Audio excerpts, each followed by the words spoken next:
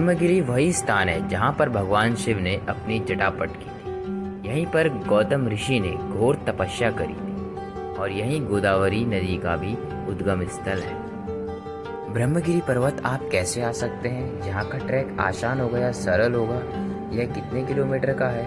यहाँ आने में कितना टाइम लगेगा और यहाँ तक कैसे पहुँचा जाए, यह सभी जानकारी मैं इस वीडियो में आपको दूंगा, तो वीडियो को पूरा अच्छे से देखिए। ब्रह्मगिरी आने के लिए आपको त्र्यंबकेश्वर मंदिर आना पड़ेगा, जो कि नासिक से 30 किलोमीटर की दूरी पर है। ब्रह्मगिरी ट्रैक की शुरुआत त्र्यंबकेश्वर मंदिर से लगभग 1 किलोमीटर दूरी से होती है, जहां पर आप अपनी बाइक या कार लेकर पार्किंग कर सकते हैं।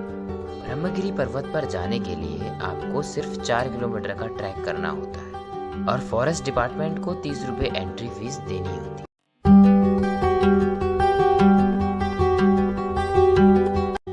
रास्ते से जाते वक्त आपको आसपास पे हरा भरा नेचर नजर आता है और ठंडी ठंडी हवाएं चलती रहती है। ऐसा मौसम आपको सिर्फ मानसून में ही देखने को मिलेगा। ब्रह्मगिरी पर्वत पे जाने वाला रास्ता बहुत ही अच्छी कंडीशन में बना हुआ है और आपको साथ में ही छोटे छोटे टी स्टॉल्स मिलेंगे, जहाँ पे आप नींबू पानी या कुछ भी खा सकते हैं। लगभग आधे घंटे चलने के बाद आप इस जगह पे आकर पहुंच जाएंगे, जहाँ पे आपको एक बहुत ही प्यारा वाटरफॉल देखने को मिलेगा।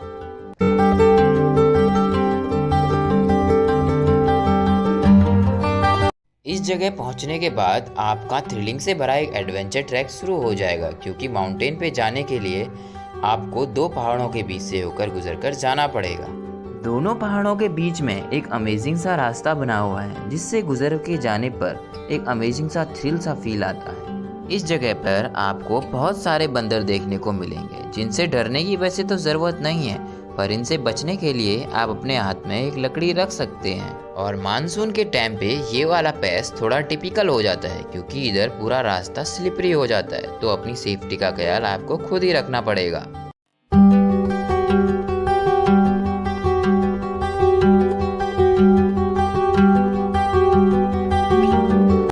ये सीढ़ियों वाला पैच बहुत ही थका देने वाला होता है, क्योंकि इस पे चढ़ के इंसान पूरा थक जाता है, पर जैसे ही आप ये कंप्लीट कर लेते हैं उसके बाद आप ये समझ लेना कि आप ब्रह्मगिरी पर्वत पहुंच गए हैं, क्योंकि इसके बाद कोई भी चढ़ाई नहीं होती है। फाइनली हम लोग ब्रह्मगिरी पर्वत पहुंच गए हैं। पार्किंग एरिया से ट्रैक करके ब्रह्मगिरी पर्वत तक पहुंचने के लिए हमें एक बच्चे के साथ 1.5 घंटे का समय लगा। अभी हम पहुंच चुके हैं उस स्थान पर जहां पे गोदावरी नदी का उगम हुआ था। इसी जगह पर गौतम ऋषि ने तपस्या करके गोदावरी नदी का उगम किया था। यहाँ की मान्यता यह है कि जो गौतम मुनि के आश्रम में अन्य मुनिगण रहते थे, वो गौतम ऋषि से चिढ़ते थे। अन्य मुनिगण गौतम ऋषि को अपने आश्रम से निकालना चाहते थे। इसके लिए उन्होंने गणेश जी की पूजा अर्चना कर उन्हें प्रसन्न कर उनसे एक वर मांगा। जो वर था उसमें यह कहा कि हमें गौतम ऋषि को इस आश्रम से निकालना है।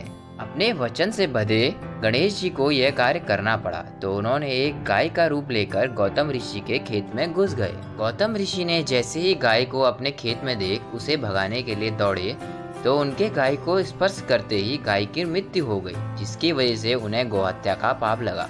गौहत्या के पाप से मुक्ति पाने के लिए उन्होंने शिव जी की आराधना करी। शिव जी ने प्रसन्न होकर उन्होंने बताया कि इस ब्रह्मगिरी पर्वत पर आप 12 वर्ष का तप करिए, जिससे प्रसन्न होकर गोदावरी मैया इस धरती पर आएगी, जिससे नहाकर आपका पाप मुक्त हो जाएगा और आप गौहत्या के पाप से मुक्त हो जाओगे। भोले शंकर के रास्ते पर चलकर गौतम ऋषि ने 12 वर्ष का तप कर गोदावरी मैया को प्रसन्न करके इस कुंड में उतारा, जिस पर नहाकर उन्होंने गौहत्या का पाप धो लिया। आप लोगों को जो यह कुंड नजर आ रहा है, इसी कुंड में गोदावरी नदी का मेन उद्गम स्थल है। चाहे बारिश हो या धूप हो या कुछ भी हो, इस कुंड में पानी कभी भी नहीं सूखता है। और इसी ब्रह्मगिरी पर्वत पर अहिल्या और वैतरणा नदी का भी उद्गम स्थल है।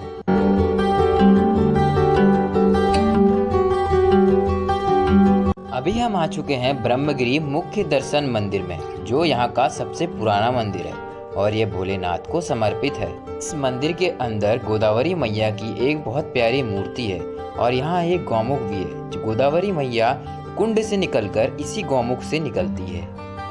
जो महत्व उत्तर भारत में गंगा नदी को दिया जाता है, वही महत्व दक्षिण भारत में गोदावरी नदी को दिया जाता है। इस मुख्य मंदिर के बाहर आपको छोटे छोटे कैन मिल जाएंगे, जिसमें भरकर आप इस गंगा जल को आप अपने घर पे भी ले जा सकते हैं, या फिर मेरी तरह एक कैन भरकर यहाँ का पानी पी भी सकते हैं। त्र्यंबकेश्वर मंदिर में जो शिवलिंग है वही शिवलिंग यहाँ ब्रह्मगिरी पर्वत पर भी है, जिसमें 3 शिवलिंग हैं, ब्रह्मा, विष्णु और महेश, इसलिए उन्हें त्रिदेव भी कहा जाता है।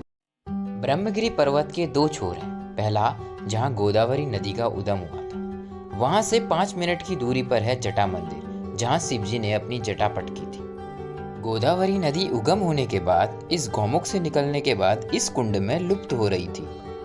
तभी गौतम ऋषि ने भगवान शिव से प्रार्थना करी कि गोदावरी नदी को जग कल्याण के लिए धरती पर लाया जाए। तो भोले शंकर ने तांडव नृत्य करते हुए गोदावरी नदी को अपनी जटाओं में लिया और इसी स्थान पर जोर से पटका।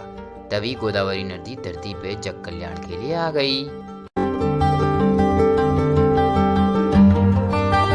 त्र्यंबकेश्वर और ब्रह्मगिरी पर्वत की यात्रा करने के लिए आपको सितंबर का मौसम सबसे अच्छा होगा, क्योंकि उस समय ज़्यादा बारिश नहीं होती है। ब्रह्मगिरी की यात्रा करने में आपको 4 से 5 घंटे तो आराम से लग ही जाएंगे। अगर आपको हमारी यह वीडियो अच्छी लगी हो और हमारी जानकारी आपको पसंद आई हो तो हमारे चैनल को ज़रूर सब्सक्राइब करें और वीडियो को शेयर करना ना भूलें। Thank you for watching.